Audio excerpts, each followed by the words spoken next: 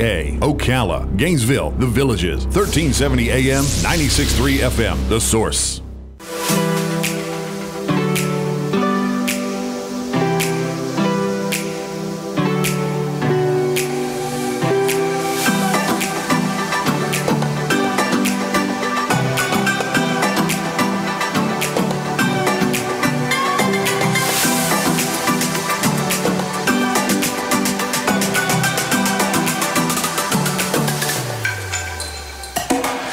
All right, 5 minutes after 11 o'clock. Thank you for tuning in. Beautiful Thursday. Hope you're doing well. 1 week ago, Robin, you were heading up to New York. Yep, I sure was. The Waldorf Astoria. Yeah. I had an opportunity when I was much younger to stay in this famous hotel. I had no idea about the history, about the name Waldorf or the name Astoria. But when I was watching the movie Titanic one time, there was this scene, and there were two older people that went to bed to die as the waters came into their room. Do you remember that scene? Yeah, I do. I remember that. And I think I heard that was the Astor couple, right? I don't know if I have that right or not. And the Astor was the name that Astoria comes from, that they had made their money and they decided, let other people get into the lifeboats, and that's what I heard anyway. And that's right, exactly. I think they're buried up there somewhere. So anyway, that's all I know about Astor. We're going to learn about Mrs. Astor. Cecilia Tichi is on the phone. She teaches undergraduate and graduate courses in American literature and culture at Vanderbilt University. There's another name, from New York City, right? The Vanderbilt? Mm-hmm, yes. She's a researcher, an historian, and an award-winning best-selling author. In fact, this book, currently on Amazon, getting 5-star ratings and number 23. That's pretty good. Climbing the charts at number 23. Let's find out about the book. What Would Mrs. Astor Do? The Essential Guide to the Manners and Mores of the Gilded Age, which again, an education for me. The Gilded Age is 1870 to 1900. Yeah, that's pretty All right, I'm ready to learn. Cecilia, good morning. How are you? Good morning, Larry, and hi, Robin. It's terrific to talk to you. And, you're right. It was Mrs. Astor's son, John Jacob Astor, who had been a colonel in the Spanish-American War, led a battalion in Cuba.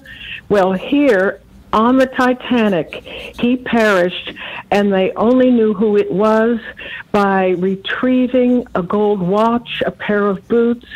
And I tell you, he, being in first class, had the privilege of taking his dog, an Airedale dog, and both he and the dog perished. And some people feel more for the dog's loss than for John Jacob Astor. Oh, really? Oh, so his wife wasn't with him? He did the gentlemanly thing. He stayed aboard the ship and assisted her into the lifeboat. Is that right? Wow. Okay. Yes, and I was just assuming it was his wife because of the movie. It shows the two people, a man and a woman. Right. Well, the movie did what it did, but history also is another story. Sometimes. Okay, so his mom is the Mrs. Astor in your book. The Mrs. Astor. And some of us of a certain age might remember our mothers, and I remember mine, who, when I irritated her, would say, "Who do you think you are, Mrs. Astor?" I had no idea as a little kid, but now, since we know and are fascinated by so many names from the Gilded Age, Teddy Roosevelt, Edison, and Vanderbilt, the university where I work, all these names, Pulitzer, Hearst, but Mrs. Astor, she needs to be on the list too, because she was as powerful in the Gilded Age, late 1800s, in the United States as Queen Victoria was in Britain. She was our queen, and some of the society that surrounded her, and they called her our queen. Where did she live? Where did she live? Well, she lived at 840 Fifth Avenue when she was in residence, and that meant from October through the early spring. The season began in October. Until then, for the whole summer, her mansion, French chateau of back in the French day, Louis XV and so on, her interior would have been closed up. The chandeliers would have been bagged in muslin cloth, all the furniture draped. So any tourist visitor who strolled Fifth Avenue or in a carriage, perhaps a hansom cab, looking at one after another of these mansions, would see the mansion, but be disappointed not to catch a glimpse of Mrs. Astor. In the whole summertime, for 6 weeks, she was at Newport, Rhode Island. That's where all of society sort of marched in lockstep for its summer retreat. And Larry and Robin, they're called the idle rich, but they were so busy entertaining, paying calls on one another, and Mrs. Astor set the standard. It was her conduct that was copied all over the United States. Her grace, her imperturbable manners, no insult could dislodge that facial serenity. And she was known as the Mystic Rose. Everyone wanted to know what thought lie behind that face. Oh my gosh, I'm so fascinated. The 840 Fifth Avenue, I had to look it up, and I'm familiar with the building. It's a temple. It's a synagogue. Is that her old home? No, those mansions were demolished. And the best that we can now approximate, quite apart from photographs in the various libraries and archives, it's Newport, Rhode Island, that has taken up the preservation of the mansion so-called cottages, 20 rooms and stables and outbuildings and tea houses and so on and so on. And those are open to visitors in the summertime, well, all year round really. But that's the closest approximation to what was lined up on Fifth Avenue back in the day. And it is regrettable. Only J.P. Morgan's, the Morgan Library and it's been extensively renovated, but that was Morgan's home. And everything else is long gone. So yes, the synagogue has supplanted Mrs. Astor's mansion. And a little story about her, because they were all Episcopalians. A few Catholics were allowed in, but there had been no Jews allowed in. But came a young woman to Mrs. Astor, a society young woman, and she said, Mrs. Astor, I am deeply in love with a young man who loves me. We would like to marry. There is one problem. He's a Jew. He's Jewish. Mrs. Astor took it into her thoughts, and then she said, my dear, if you love him and he loves you, you are worthy of one another. Do marry, and we will have him in society. We will invite him. And she did. Oh, my gosh. And did that open up all society to being more accepting of one another, or just to that one young man? I think it was very limited, very limited. Now, Edith Wharton, another society maven, she knew Mrs. Astor. She went yachting, but she wrote fiction in a kind of kiss-and-tell way. She made the Jew in her bestseller a mercenary man who wants to rise in society by virtue of his money. But Mrs. Astor was not talking about money. They all had money. They had plenty of money. She was talking about the love of this young couple and the need for the couple to be included in parties and gatherings and so on. So it was quite an extension on her part, quite a kind of departure from her upbringing, really. An Episcopalian young lady? Oh, no. But Mrs. Astor, at least twice, kind of broke from protocol. Another time, do we have time for this right now? Yeah. We're all ears. Yeah, we're interested in this. Yeah. It's in the book, and this is a browsing book, just to say, so you can open it up anywhere, and there are the tidbits and the morsels. When Mrs. Astor's daughter, one of her daughters, was found to be having an illicit affair with a vice president of one of the banks, that cad had the love letters published in the newspaper. So all of not only society, but the riffraff could read. Oh, terrible. Oh, man. Now, up till that time of this expose, Mrs. Astor had refused to have in her home any divorced persons.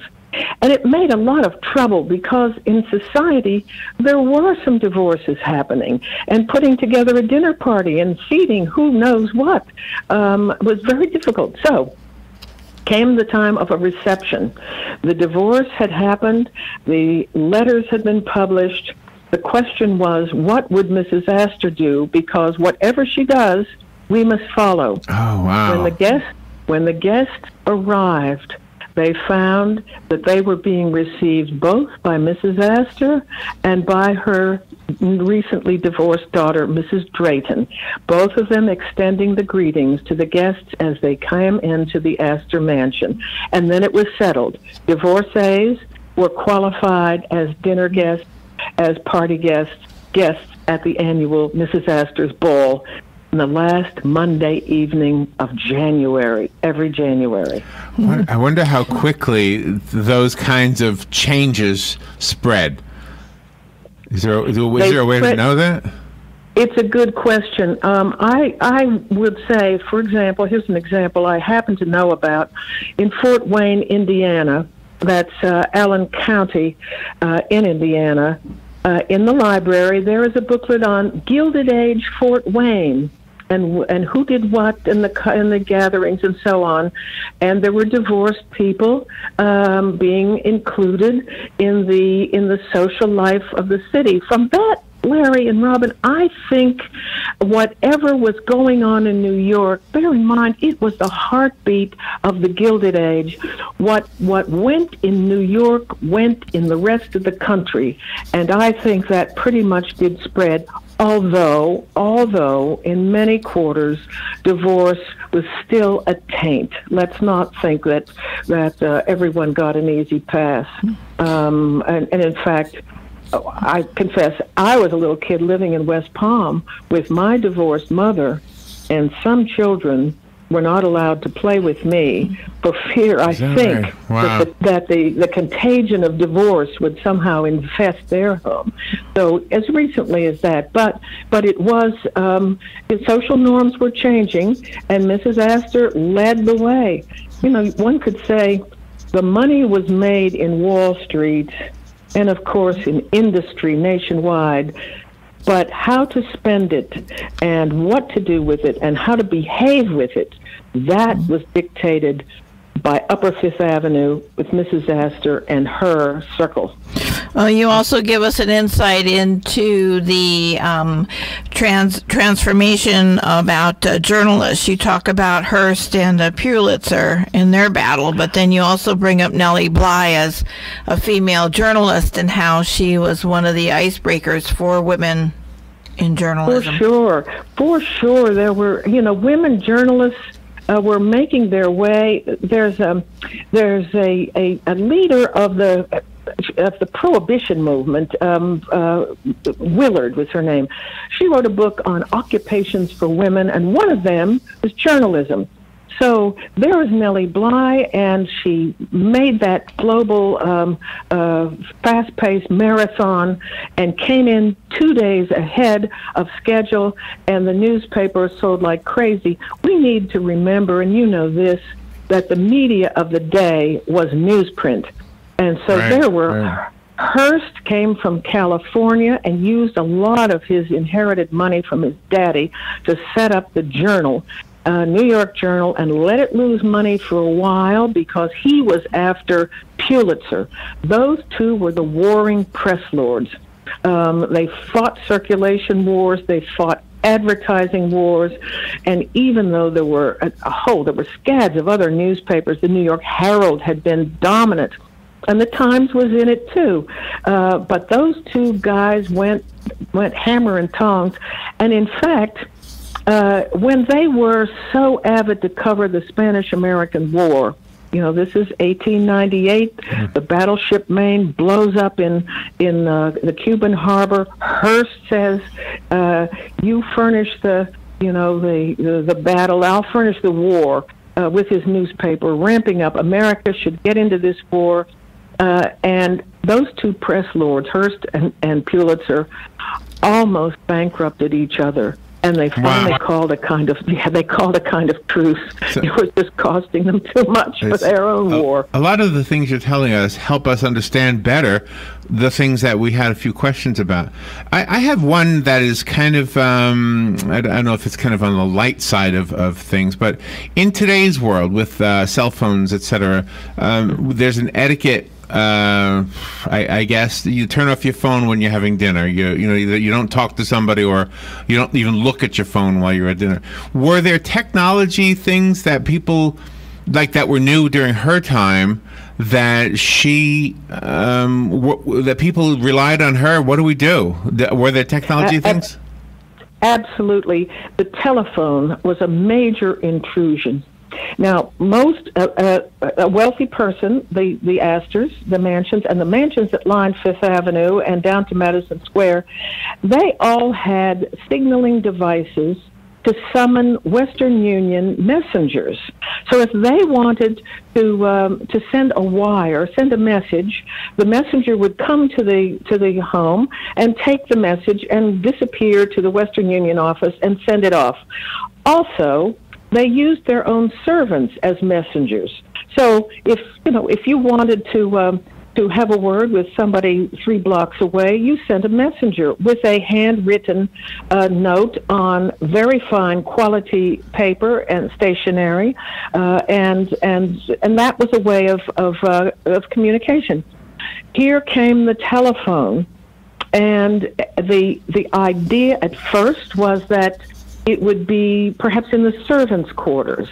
It would be out of sight. It would be out of sound.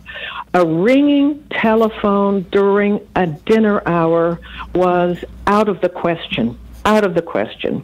But as increasingly businesses, doctors' offices, banks, grocers, they installed telephones, and it gradually became a social means of communication, but not through the Gilded Age per se. It was a new technology that was disruptive, and as one society woman said, it makes me nervous to talk to a voice coming out of a box on the wall.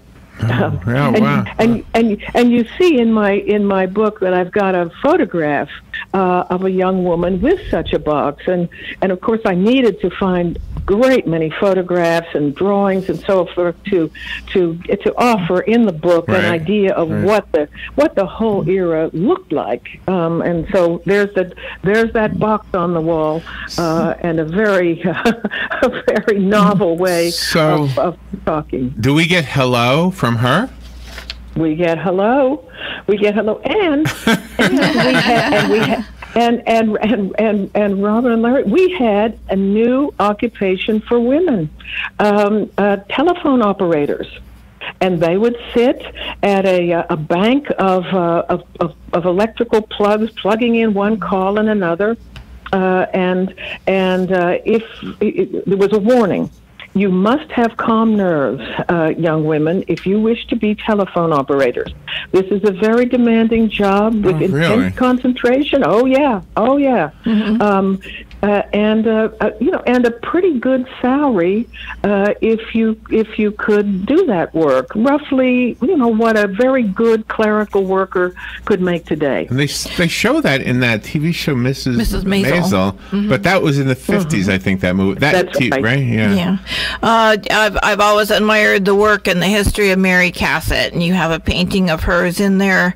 Did she commit the way that Mrs. Astor looked to memory and did the painting, or did she actually do the painting right there in the balcony? I think she had been to these operas, Cassatt. She was of an elite heritage.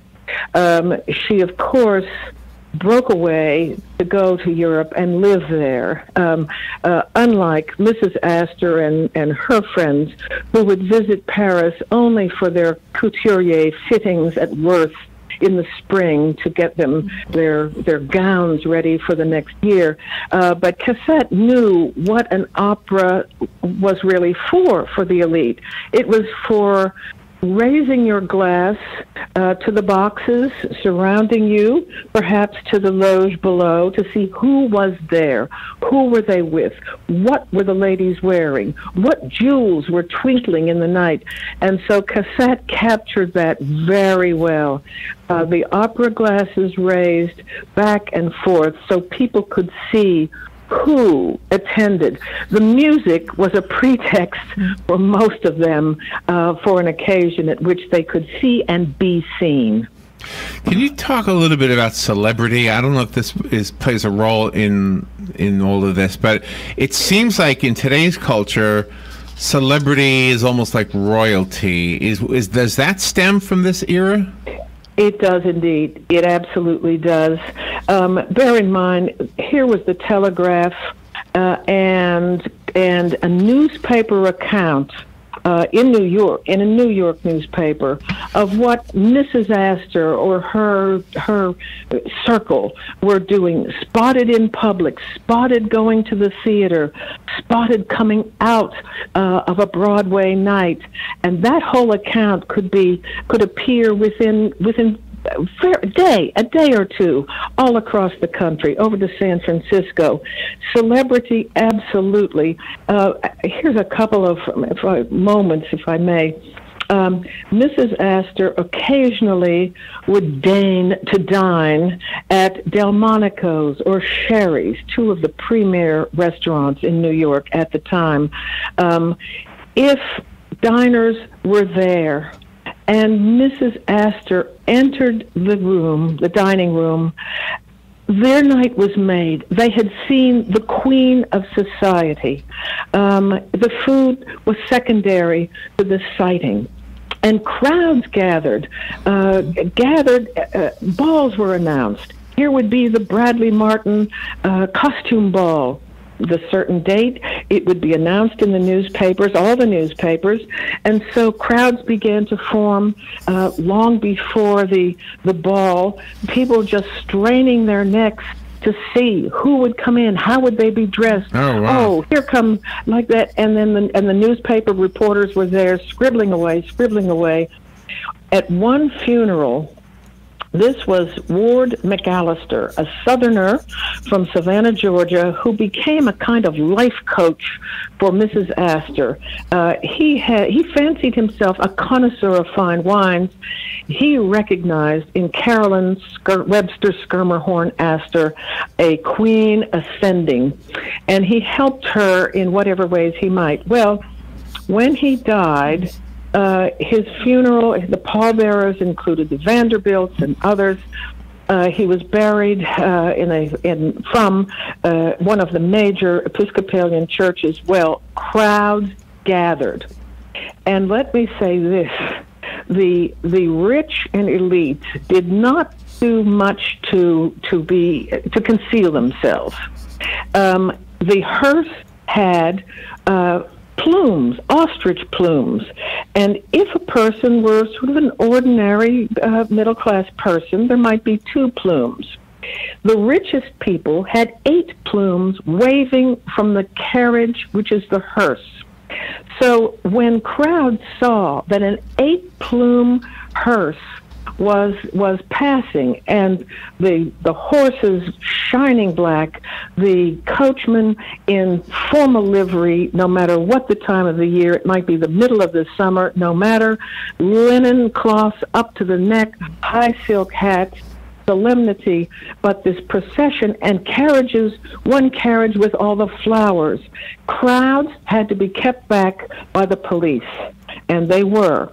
But at Ward McAllister's funeral, once the service ended and the casket taken out, crowds surged into the church, snatching at flowers, wreaths, sprays. It was a mess, trampling themselves, the flowers smeared underfoot. It was a chaos.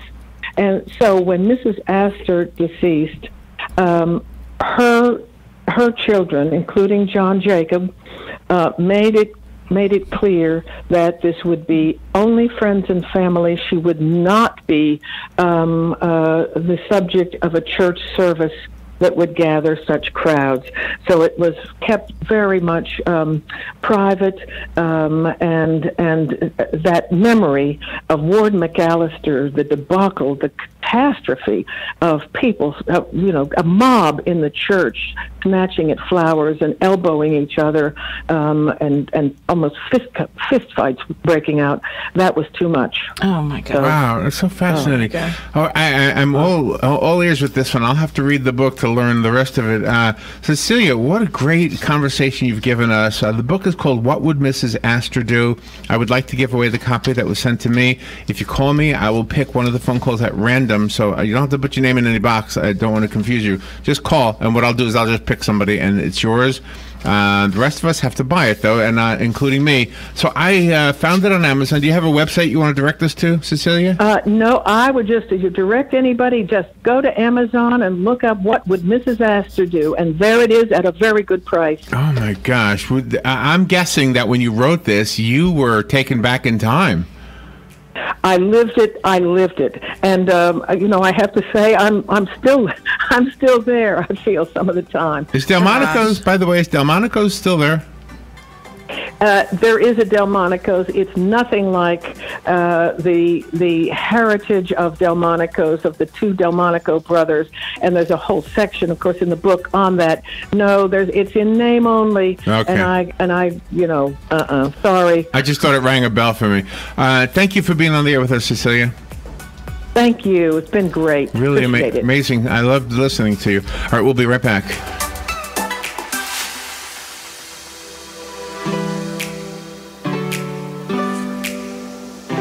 Broadcasting from the Paddock Mall Studios, this is WOCA, Ocala, Gainesville, The Villages, 1370 AM, 96.3 FM, The Source. Here is your one-minute news brief. The estranged 45-year-old wife of a University of Central Florida faculty member who was found dead at home in a wealthy neighborhood in Orlando was arrested yesterday, charged with second-degree murder. The Justice Department is investigating a plea deal for Jeffrey Epstein, a member of the Senate Judiciary Committee, in which he avoided life in prison for sexually abusing at least 40 teenage girls in favor of a mere 13-month sentence. Holly Bell has been named as Florida's new director of cannabis for the Department of Agriculture. A Florida teen faces charges that he beat his mother with a baseball bat and lit her on fire with a Molotov cocktail because she scolded him about sneaking out of the house. Orlando International Airport had a record-breaking 47 million passengers passing through it in 2018, according to a new report. And Jimmy Buffett stopped by the newly opened Margaritaville Hotel in Orlando, surprising guests with a pop-up concert. And that is your news brief from The Source. Okay, guys, listen up. It's that time of year again. Little chocolate hearts, roses, earrings. Valentine's Day's coming up. Last year you got me slippers that didn't fit. The year before, it was that steering wheel cover for my car. And don't even get me started on the vacuum cleaner incident. Now, don't get me wrong, flowers and jewelry would be nice, but this year I'd like something I can thank you for every single day. That new bathroom I've been dreaming about. You know, the one with the rain heads, body sprayers, touchless faucets, bidet, and even the seat warmer. So here's what you do. Step 1, return the crockpot and apron that you thought were good ideas. Step 2, pick up the phone and call Mike Scott Plumbing now. You heard the lady, guys. Call today to schedule an appointment to visit one of our beautiful showrooms. The main showroom in Hernando or the new showroom in Wildwood right across from Brownwood Square. Call today, 237-2888. That's 237-2888. And remember, if water runs through it, we do it. Mike Scott Plumbing. And that leaf blower in the closet better be for your mother. At Bob Wine's, our name says camellias, but you've got to hear news of the truckload spectacular azalea sale going on right now. Get gorgeously blooming lavender formosa and ever-blooming red ruffle azaleas for as little as $3.99 at Bob Wine's Camellia Gardens. And listen to this super special. Bob has a great selection of large, big, African iris, just $3.99. And the same for Society Garlic, just $2.99. You can't beat that. New shipment, hundreds of super fragrant hybrid tea and climbing roses, priced right at just $29.99. Come stroll the garden during the annual Camellia Show Spectacular. 5 acres big and bigger and better this year than ever. Check BobWinesCameliaGardens.net and visit us on Southeast 38th Street, Ocala. Daily till 4, Saturdays till 2, in the same blooming place since 1952. Jean Powell Pasture Mowing. Jean and Debbie would like to thank you for another successful year of business and wish everybody health, wealth, and good fortune in 2019. In addition to our pasture mowing service, we also offer fence row spraying and stump grinding. Now is the perfect time for weed control and to take care of those troublesome stumps. We are family owned and operated, licensed and insured, and farm ready. Howell Jean, Gene at yahoo.com. 352-629-2440. Jean Powell Pasture Mowing. 352-629-2440. Jean is a proud United States veteran. Are you a medical provider that doesn't like to settle for the same boring scrubs?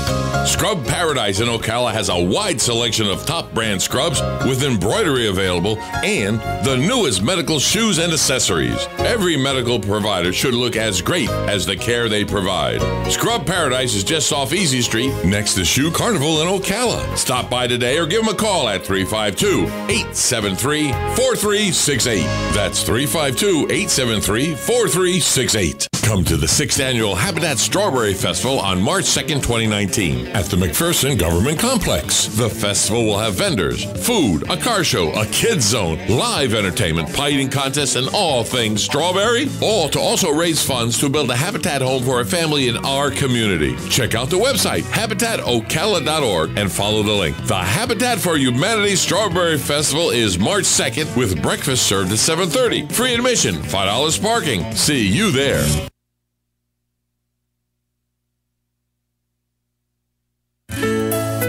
Hi, this is Will. And this is Wendy of Dex Imaging in Gainesville and Ocala. You know, we live and work in this community just like you, and we wanted to personally invite you to call us with any questions or concerns about your copiers or printers. Like, how can I save money on my toner? That stuff's expensive. In most cases, a complimentary workflow analysis has shown we can save your business 20 to 30% on printing cost. Have you been kicking around the idea of going paperless? Are you considering a document management solution? Maybe you just want to ask some questions, but don't want to be bombarded by aggressive salespeople. Give us a call. We'll be happy to answer your questions and show you how you can save money with our award-winning copiers and printers and our amazing service team. Who, in case you didn't know, will be there in 4 hours or less to service your machine guaranteed, and we have a 97% first-time fix rate. Check us out at deximaging.com or give us a call.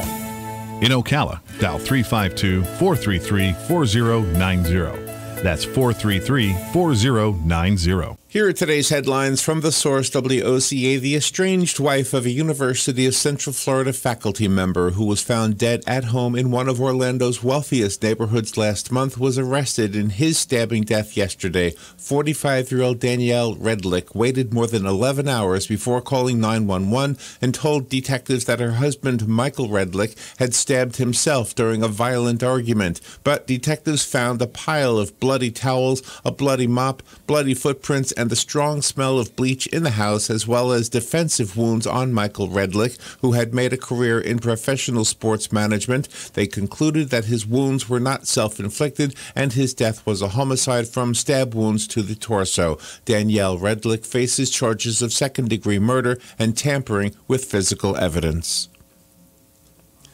The Justice Department has opened an investigation into the federal prosecutor's handling of a plea deal in which a wealthy, politically connected Florida financier avoided severe penalties for sexually abusing teenage girls in favor of a light state conviction. The department's Office of Professional Responsibility wrote in a letter yesterday to U.S. Senator Ben Sasse, a Republican from the state of Nebraska, that it would examine whether professional misconduct occurred in the case of Jeffrey Epstein. Sasse, a member of the Senate Judiciary Committee, welcomed the news, saying, quote, Jeffrey Epstein is a child rapist, and there's not a single mom or dad in America who shouldn't be horrified by the fact that he received a pathetically soft sentence, unquote.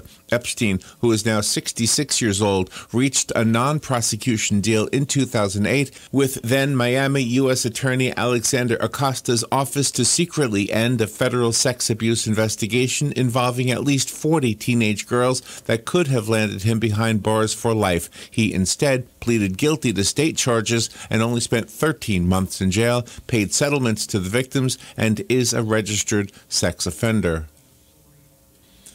The woman who helped create an industrial hemp program in the state of Tennessee has been hired as Florida's first cannabis czar. Florida's first cannabis director is Holly Bell, and she says it's no secret that hemp will be the next big cash crop in the Sunshine State. Hemp is a multi-billion-dollar opportunity and potential for Florida, and the agriculture community is an alternative crop.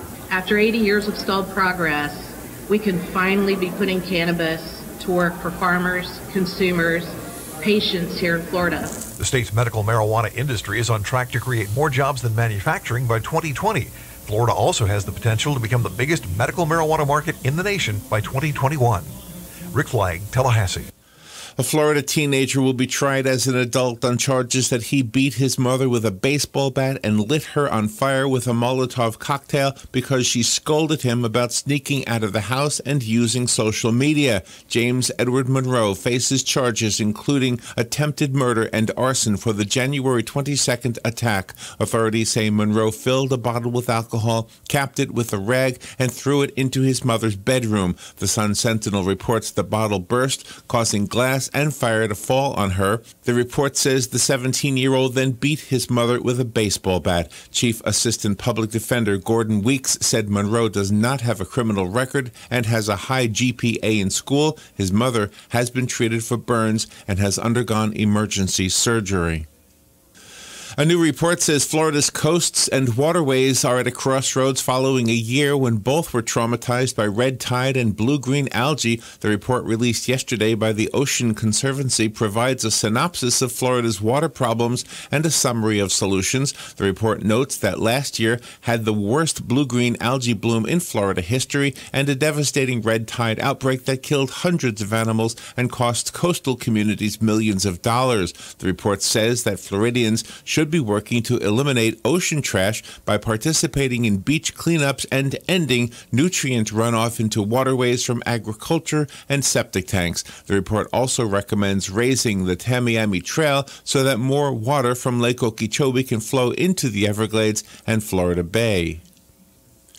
It's opening day at the Florida State Fair in Tampa. The fair's Michael Rogalski says there's plenty to do from exhibits to rides. We have bumper boats, which you typically don't see in a traveling amusement setting.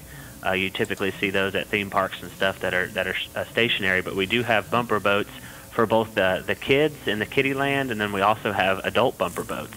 And I know you want to know about the fair food. There's the grilled cheese burger, the deep-fried cookie dough, and Cuban pizza. The 12-day state fair opens at 10 a.m. today. Parking is free, and today is Heroes Day, which means first responders and members of the military can get in for free.